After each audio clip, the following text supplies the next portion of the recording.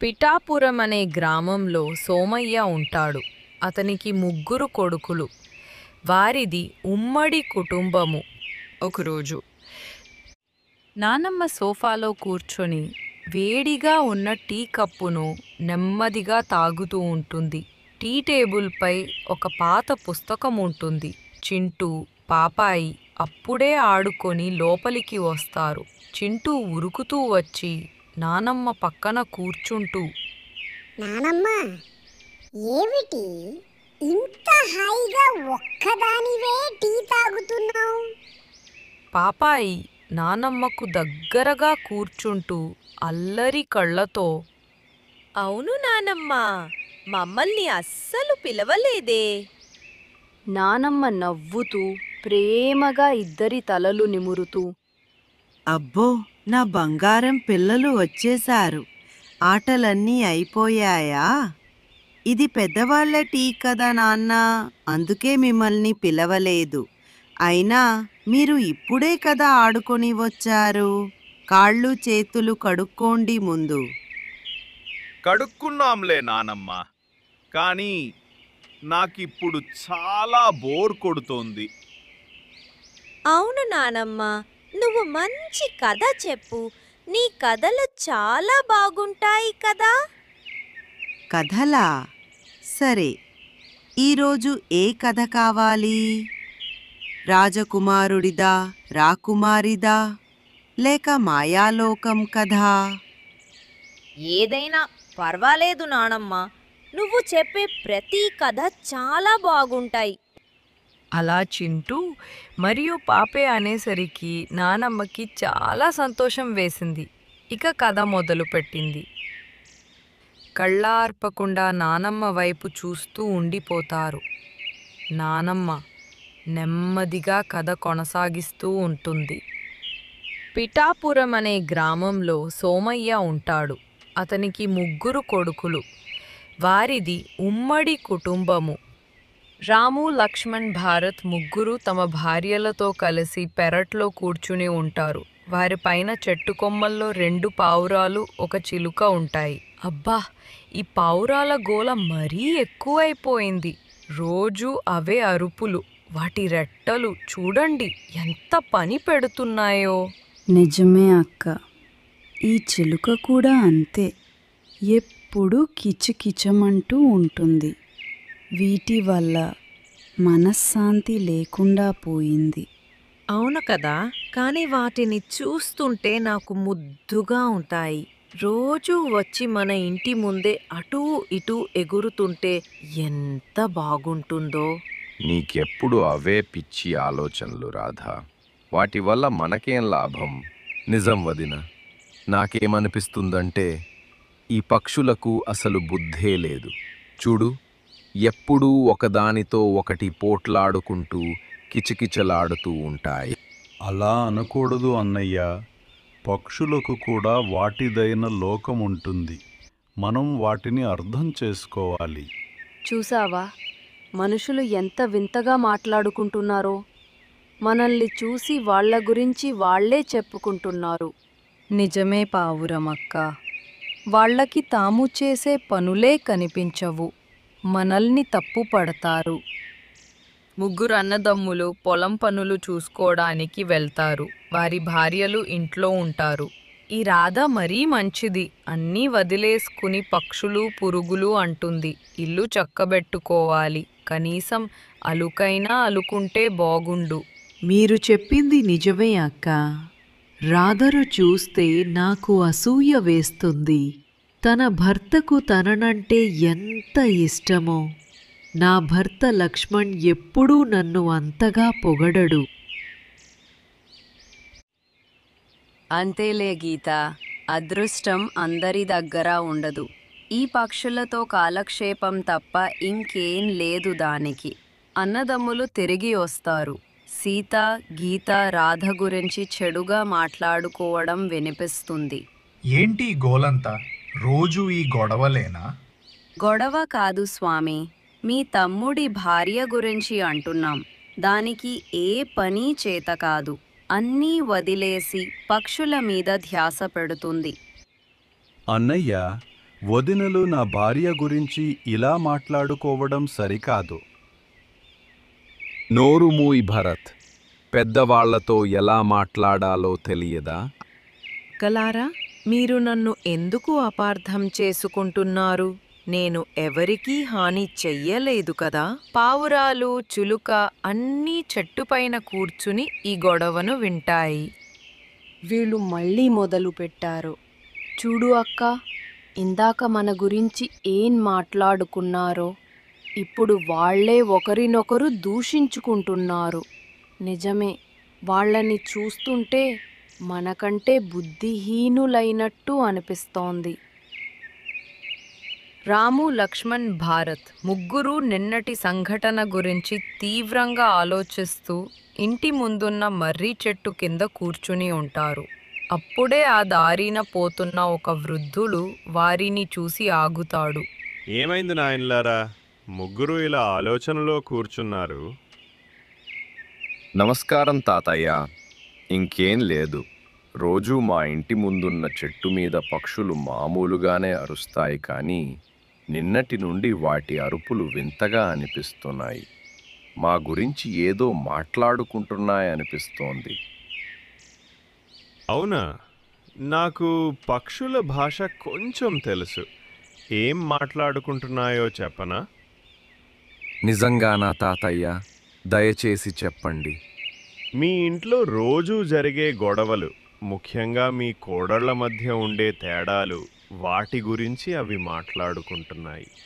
మనుషులకే బుద్ధి లేదు, మనకంటే బుద్ధిహీనులని అని ఒక పావురం, తాము చేసే తప్పులు తెలియకుండా మనల్ని నిందిస్తున్నాడు అని చిలుక కూడా అంటున్నాయి. వృద్ధుడి మాటలు విని ముగ్గురు అన్నదమ్ములు షాక్ అవుతారు. మొహాలు పాలిపోతాయి. చూశారా అన్నయ్యలు, నేను ముందే చెప్పాను కదా, పక్షులకు కూడా భావాలు ఉంటాయని.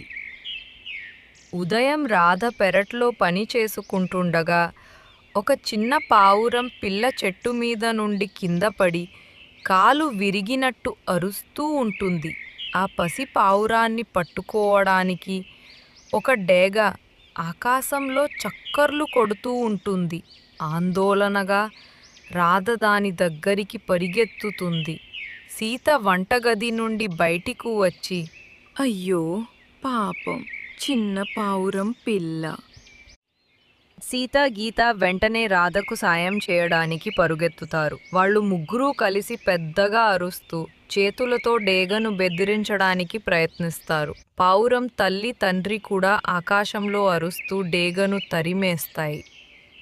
ఏం జరుగుతోంది ఇక్కడ? పక్షులకు ఆపద వచ్చినట్టుంది. రాధా, జాగ్రత్త. ముగ్గురు కోడళ్ల ఐక్యత చూసి డేగ వెళ్ళిపోతుంది. రాధ పావురం పిల్లను జాగ్రత్తగా పట్టుకుని ఉంటుంది. రాధ ఆ పావురం పిల్లకు కట్టుకట్టి జాగ్రత్తగా చూసుకుంటుంది. ఇంటిల్లిపాది ఆ దృశ్యాన్ని చూస్తారు. రాధా, నువ్వు చాలా ధైర్యం చేశావు. డేగ వస్తున్నా భయపడకుండా దాన్ని కాపాడావు. నిజమే. నిన్ను చూసి మేము చాలా నేర్చుకోవాలి. పక్షుల పట్ల నీకు ఎంత ప్రేమ ఉందో ఇప్పుడు అర్థమైంది. రాము తమ భార్యల ఐక్యత చూసి గతంలో విమర్శించినందుకు పశ్చాత్తాపపడుతూ, కోడల్లారా, మీ ఐక్యత చూసి మాకు చాలా గర్వంగా ఉంది. మనం గతంలో మిమ్మల్ని అపార్థం చేసుకున్నాము. రాధా, నీ మనసు బంగారం లాంటిది. పక్షులకు కూడా నువ్వు ఎంత ప్రాముఖ్యత ఇస్తావో ఇప్పుడు తెలిసింది. భారత్ రాధను దగ్గరకు తీసుకుని, నువ్వు చేసిన పని చాలా గొప్పది రాధా. అందరూ ఒకరికొకరు క్షమాపణలు చెప్పుకుంటారు. పక్షుల తల్లిదండ్రులు కిటికీ దగ్గర నిలబడి తమ కృతజ్ఞతను తెలుపుతున్నట్టుగా అరుస్తాయి. చూసావా అక్క, ఆపదలో మనుషులు ఎలా మారారో. వాళ్ళ ఐక్యతే ఆ పిల్లను కాపాడింది. నిజమే చెల్లి, కష్టకాలంలోనే నిజమైన స్నేహం, కుటుంబ బంధం బయటపడతాయి. వారం తర్వాత ఇంట్లో వాతావరణం పూర్తిగా మారిపోతుంది. సీత, గీత, రాధ ముగ్గురూ కలిసి ఇంటి పనులు చేసుకుంటున్నారు. నవ్వుతూ మాట్లాడుకుంటున్నారు. అన్నదమ్ములు కూడా కలిసి పొలం పనులు చూసుకుంటున్నారు. పావురం పిల్ల కోలుకుని మళ్ళీ ఎగరడం మొదలు పెడుతుంది. రాధా, ఈరోజు వంట నేను చేస్తాను. నువ్వు కూరగాయలు తరుగు. నేను ఇల్లు శుభ్రంగా చేస్తాను. అలాగే అక్కలారా, మనమందరం కలిసి పని చేసుకుంటే ఎంత పని అయినా సులువుగా అయిపోతుంది. పావురాలు, చిలుక చెట్టుపైన కూర్చుని ఈ మార్పును చూసి సంతోషిస్తాయి. చిన్న పావురం పిల్ల కూడా వాటితో కలిసి ఎగురుతూ ఉంటుంది. చిలుక పావురాలతో, చూసావా అక్క, మన మాటలు విన్న తరువాత వాళ్లకు బుద్ధి వచ్చింది. ఇప్పుడు ఎంత సంతోషంగా ఉన్నారో. మన కుటుంబాన్ని కూడా కాపాడారు. నిజమే చెల్లి. కొన్నిసార్లు పక్షుల మాటలు మనుషులకు గొప్ప పాఠాలు నేర్పుతాయి. ఐక్యతతో జీవించడం ఎంత ముఖ్యమో వాళ్ళు ఇప్పుడు తెలుసుకున్నారు. ముగ్గురు కొడుకులు, వారి భార్యలు ఆ రోజు నుంచి సంతోషంగా ఐక్యతతో జీవించడం మొదలు పెడతారు. పక్షుల కిలకిల రావాలు వారికి ఎప్పుడూ ఒక పాఠాన్ని గుర్తు చేస్తుంటాయి. పొరుగువారిని విమర్శించే ముందు మనల్ని మనం చూసుకోవాలి. ఆపదలో కలిసుండటమే నిజమైన బలం. ఐక్యతే విజయానికి సోపానం. ఈ కథలో మీరు గ్రహించిన నీతి ఏమిటి? నేను చెప్తాను నానమ్మ. ఎన్ని విభేదాలు, తేడాలు ఉన్నప్పటికీ కుటుంబంలో ఒకరికి కష్టం వచ్చినప్పుడు ఆదుకోవాలి, తోడుగా నిలబడాలి మరియు ధైర్యం చెప్పాలి. సరిగ్గా చెప్పావు మనవరాల. పిల్లలు మరో కథ చెప్పమని అడిగారు. నానమ్మ పిల్లల సంతోషం కోసం మరో కథను మొదలుపెట్టింది. ఒక గ్రామంలో రాము, సీత అనే దంపతులు ఉన్నారు. రాము తీవ్రమైన ఆర్థిక ఇబ్బందుల్లో ఉన్న ఒక యువకుడు. రాము, సీత ఒకరోజు తమ చిన్న ఇంట్లో కూర్చుని ఉన్నారు. రాము నిరాశగా తల పట్టుకొని ఉన్నాడు. అది గమనించిన సీత, ఏమైందండి అంత నిరాశగా ఉన్నావు? సీత మాటలకు రాము ఇలా అంటాడు. ఏం చెప్పను సీత, ఉద్యోగం లేదు, ఉన్న కొద్దిపాటి డబ్బులు అయిపోయాయి, అప్పులు పెరిగిపోతున్నాయి, మన భవిష్యత్తు అంధకారంగా ఉంది. రాము మాటలు విన్న సీత రాముతో ఇలా అంటుంది. దుఃఖపడకండి, ఏదో ఒక మార్గం దొరుకుతుంది. కష్టం శాశ్వతం కాదు కదా. ఏ మార్గం? నాకు ఏమీ తోచడం లేదు. నేను చాలా బలహీనుడిగా ఉన్నాను. ఈ కష్టాలన్నీ నాకే ఎందుకు వస్తున్నాయనిపిస్తుంది. అప్పుడు మాయ గోడ ఇలా అంటుంది. రాము, నువ్వు బాధపడుతున్నావని తెలిసింది. బాధపడేవారు నిజంగా ధన్యులు. వారికి ఆశీర్వాదాలు దొరుకుతాయి. రాము, సీత గోడ మాట్లాడడం చూసి ఆశ్చర్యంతో నిలబడతారు. ఏంటి, మేమింత కష్టంలో ఉన్నాం, మీరు మమ్మల్ని ధన్యులు అంటున్నారు. మా బాధను చూసి మీకు నవ్వొస్తోందా? గోడ శాంతంగా నవ్వుతూ, లేదు నాయనా, దుఃఖమనేది ఒక చీకటి గది లాంటిది. ఆ గదిలో ఉన్నప్పుడే మనం వెలుగు విలువను తెలుసుకోగలం. నీ కష్టం నువ్వు ఓర్పుగా ఎదుర్కొన్నప్పుడు నీకు అంతకు మించిన ఆశీర్వాదం లభిస్తుంది. మరి మాకు ఓదార్పు ఎలా సొప్తోంది? మీరు అనుభవిస్తున్న బాధ మీకు ఇతరుల బాధను అర్థం చేసుకునే హృదయాన్ని ఇస్తుంది. ఈ బాధలు మీకు ఓర్పును, బలాన్ని ఇస్తాయి. దేవుడు మీకు తప్పకుండా ఓదార్పు ఇస్తాడు. ఎందుకంటే కష్టపడే వారిని ఆయన ఎప్పుడూ ఒంటరిగా వదిలిపెట్టడు. గురువు మాటలు విని రాము సీతకు ధైర్యం వస్తుంది. వారు కన్నీళ్లు తుడిచి కొత్త ఆశతో కష్టాలను ఎదుర్కోవడానికి సిద్ధమవుతారు. ఈ కథ దుఃఖం జీవితంలో ఒక భాగమని, దానిని ధైర్యంగా ఎదుర్కొంటే తప్పకుండా ఓదార్పు లభిస్తుందని తెలియజేస్తుంది.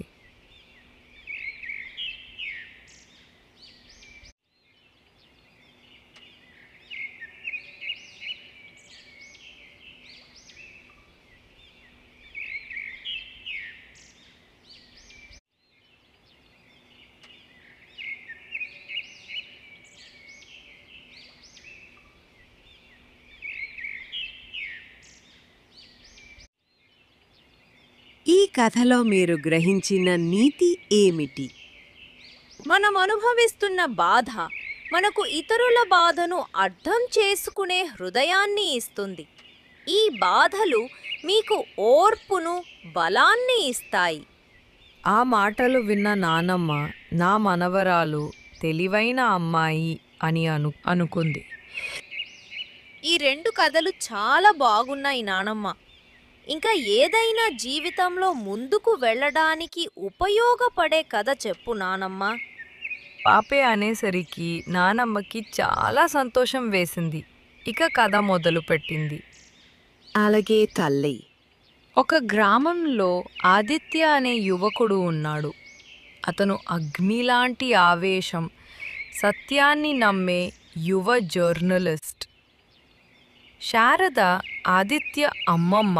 వయస్సులో పెద్దయినా మాటల్లో అత్యంత లోతైన జ్ఞానం, ధైర్యం కలది.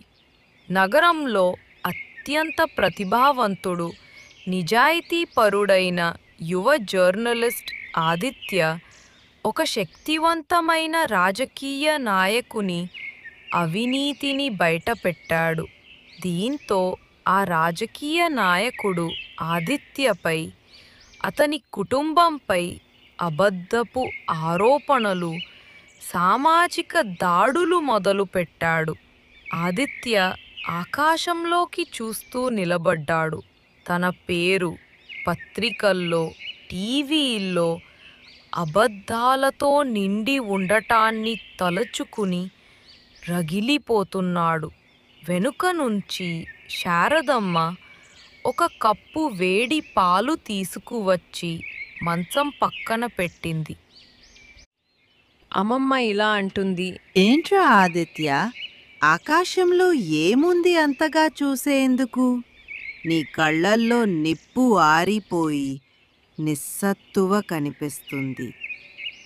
ఆదిత్య ఇలా అంటాడు, నిస్సత్తువు కాదు అమ్మమ్మ, నిస్సహాయత. నేను నిజం రాశాను. ఆయన చేసిన అన్యాయాన్ని, 1000 కోట్ల స్కామ్ను బయటపెట్టాను. అందుకు ఆయన పలికిన చెడ్డ మాటలు చూశావా? ఆదిత్య ఒక దేశద్రోహి, డబ్బుకు అమ్ముడుపోయినవాడు అని అబద్ధాలు ప్రచారం చేస్తున్నాడు. నన్ను నిందించి, హింసించి ఈ దేశం నుంచే తరిమేయాలని చూస్తున్నాడు. ప్రపంచం ఎప్పుడూ ఇలాగే ఉంటుంది ఆదిత్య. నీ నిజాయితీ అనే వెలుగుకు భయపడి వాళ్ళు నిన్ను బురదలో కప్పేయాలని చూస్తున్నారు. నువ్వు పోరాడుతున్నది ఎవరితో? ఒక వ్యక్తితో కాదు, అబద్ధం అనే చీకటితో. నా ఆశయాలు, నా కలలు అన్నీ ఈ నిందల కారణంగా మట్టిలో కలిసిపోతున్నాయేమోనని భయంగా ఉంది అమ్మమ్మ. ఈ లోకంలో సత్యానికి విలువ లేదా?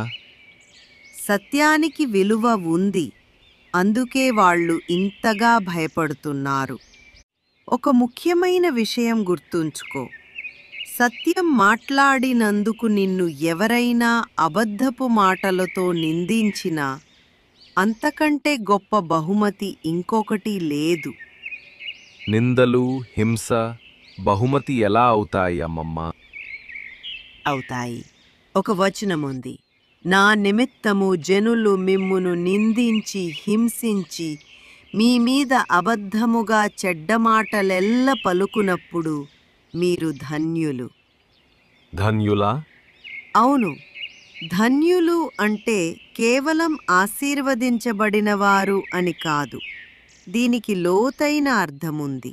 నువ్వు సత్యం అనే మార్గంలో నడిచినప్పుడు నీపై పడిన ప్రతి నింద నీ ధైర్యానికి, నీ పవిత్రతకు ఒక కిరీటమవుతుంది.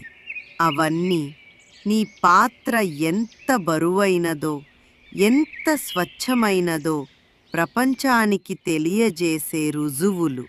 నీ మీద అబద్ధాలు చెప్పేవారు నువ్వు ఎంతటి శక్తివంతమైన సత్యం పక్షాన నిలబడ్డావో లోకానికి తెలియజేస్తున్నారు. అంటే నా బాధ నా నిజాయితీకి దక్కిన గౌరవంగా భావించాలా? సరిగ్గా చెప్పావు. ఒక బంగారాన్ని సానపెట్టినప్పుడు మలినం మాత్రమే పోతుంది, దాని విలువ పెరుగుతుంది. నీ ఆత్మ అలాగే ఉంది. నువ్వు సత్యం కోసం నిలబడ్డావు. ఆ నిలకడ చూసి, ఆ నిజాయితీని చూసి నిన్ను నిందించినందుకు నువ్వు లోకంలో అత్యంత బలవంతుడివి. వాళ్ళు వేసిన బురద రేపటి నీ విజయానికి మెట్లు అవుతాయి. నా భయం పోయింది అమ్మమ్మ. నేను నా పోరాటాన్ని ఆపను. ఈ అబద్ధపు నిందలన్నింటినీ నా ధైర్యానికి పతకాలుగా భావిస్తాను. సత్యమే చివరికి గెలుస్తుంది. ఇదే కదరా నేను ప్రేమించిన నా మనవడి ఆవేశం. నిజమైన ధైర్యం నిందలు ఎదురైనప్పుడు వెనకడుగు వేయకుండా ఆ నిందలనే సత్యానికి దక్కిన గౌరవంగా స్వీకరించి ముందుకు సాగడంలో ఉంది. ఈ కథలో మీరు గ్రహించిన నీతి ఏమిటి?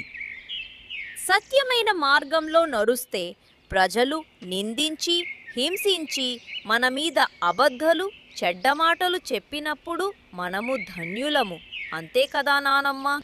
సరిగ్గా చెప్పావు మనవరాల. ఏమైంది చింటూ? నువ్వేమీ మాట్లాడటం లేదు, ఎందుకు?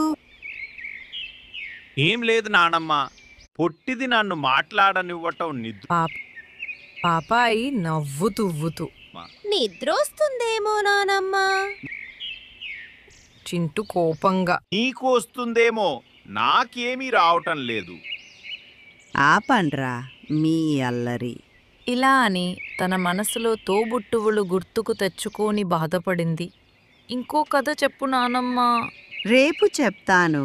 ఇప్పుడు వెళ్ళి పడుకోండి. ప్లీజ్ మాకు నిద్ర రావడం లేదు నానమ్మ అని పిల్లలు అంటారు.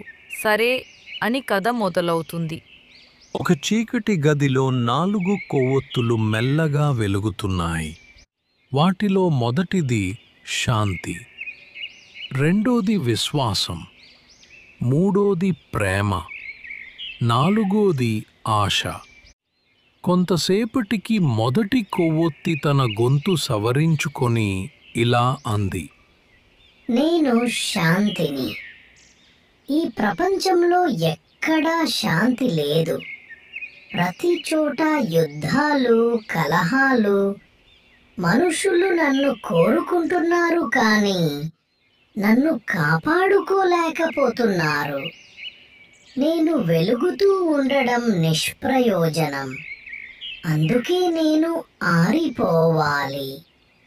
అలా చెప్పి అది నెమ్మదిగా ఆరిపోయింది. ఆ తరువాత రెండో కొవ్వొత్తి విశ్వాసం బాధగా ఇలా అంది, నేను విశ్వాసంని. నన్ను ఎవరూ నమ్మడం లేదు. అంతా స్వార్థపరులైపోయారు.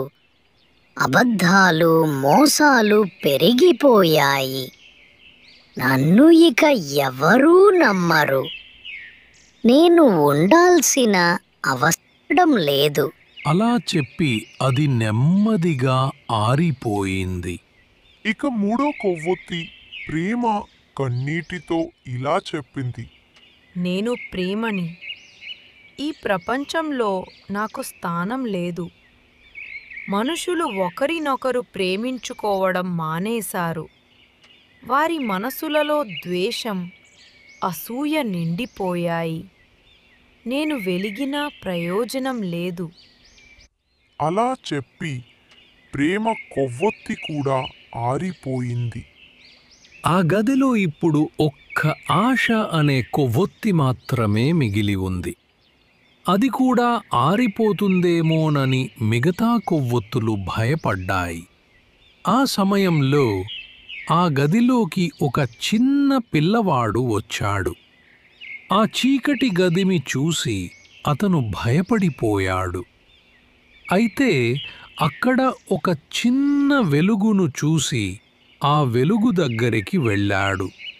అది ఆరిపోకుండా వెలుగుతున్న ఆశ కొవ్వొత్తి. ఆ పిల్లవాడు ఆ కొవ్వొత్తితో ఇలా అన్నాడు, నీవు ఒక్కదానివే ఉన్నావు, మిగతావి ఎందుకు ఆరిపోయాయి? దానికి ఆ కొవ్వొత్తి ఇలా బదులిచ్చింది, నా పేరే ఆశ. ఈ ప్రపంచంలో శాంతి, విశ్వాసం, ప్రేమ ఉన్నప్పుడే నేను పూర్తిగా వెలుగుతాను. కానీ అవి లేనప్పుడు కూడా నేను ఒక్కదాన్నే వెలుగుతూ ఉంటాను. ఎందుకంటే నేను లేకపోతే ఈ ప్రపంచం మొత్తం చీకటి అయిపోతుంది. నేనుంటేనే మిగతావి తిరిగి వస్తాయి. ఆ పిల్లవాడు తన మనసులో ఆశ అనే కొవ్వొత్తి చెప్పిన మాటలను అర్థం చేసుకున్నాడు. అతను ఆశ కొవ్వొత్తి నుండి వెలుగు తీసుకుని ఆ వెలుగుతో మొదట శాంతి కొవ్వొత్తిని, తరువాత విశ్వాసం కొవ్వొత్తిని, ఆపై ప్రేమ కొవ్వొత్తిని వెలిగించాడు. అలా ఆ 4 కొవ్వొత్తులు మళ్లీ ప్రకాశవంతంగా వెలిగాయి. ఈ కథ మనకు నేర్పించే నీతి ఏమిటంటే, జీవితంలో ఎన్ని కష్టాలు వచ్చినా, ఎన్ని చీకట్లు అలుముకున్నా, మనలో ఆశ అనే వెలుగు ఎప్పుడూ ఆరిపోకూడదు. ఎందుకంటే ఆశ ఉన్నప్పుడే మనం శాంతిని, విశ్వాసాన్ని, ప్రేమను తిరిగి పొందగలం. ఆశే మనల్ని ముందుకు నడిపిస్తుంది.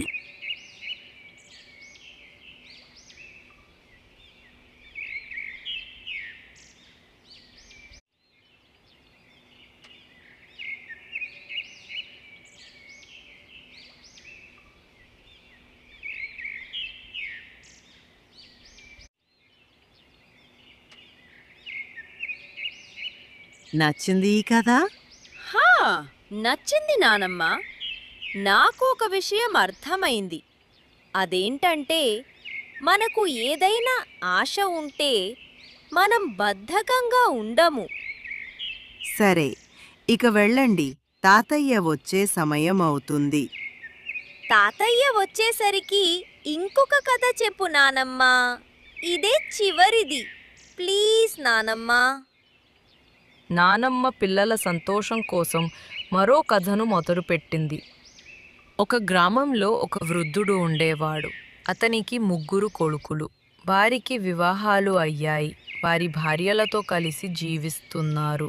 ఒకరోజు వృద్ధుడు తన కొడుకులను పరీక్షించాలనుకున్నాడు. అతను వారికి 3 గోధుమ గింజలు ఇచ్చి వాటిని జాగ్రత్తగా దాచమని చెప్పాడు. వారికి ఏం చెయ్యాలో ఆలోచించడానికి సమయం ఇచ్చాడు. మొదటి కొడుకు తన గోధుమ గింజలను తీసుకెళ్ళి జాగ్రత్తగా ఒక పెట్టెలో దాచాడు. దాని గురించి పూర్తిగా మర్చిపోయాడు. రెండో కొడుకు వాటిని భద్రంగా ఉంచడానికి తన పొలంలో ఒక గుంత తవ్వి అందులో పాతిపెట్టాడు. మూడో కొడుకు మాత్రం తన భార్యతో కలిసి ఆ గోధుమ గింజలను పొలంలో చల్లాడు. అవి మొలకెత్తి పెరిగి కోతకు వచ్చాయి. కొంతకాలం తర్వాత వృద్ధుడు తన కొడుకులను పిలిచి గోధుమ గింజలను అడిగాడు. మొదటి కొడుకు పెట్టెలో ఉన్న గింజలను తీసి ఇచ్చాడు. అవి కుళ్ళిపోయి పనికి రాకుండా పోయాయి. రెండో కొడుకు తాను పాతిపెట్టిన చోటకి వెళ్ళి వెతికాడు, కానీ వాటిని చీమలు తినేశాయి.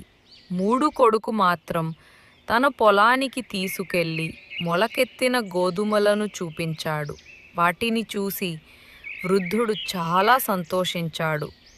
ఈ కథ యొక్క నీతి ఏంటంటే, మనం మన వనరులను నిష్క్రియంగా ఉంచడం కంటే వాటిని ఉపయోగించి వృద్ధి చెందించాలి. కష్టపడి పని చేయడం మరియు తెలివిగా ఆలోచించడం ద్వారానే విజయం లభిస్తుంది.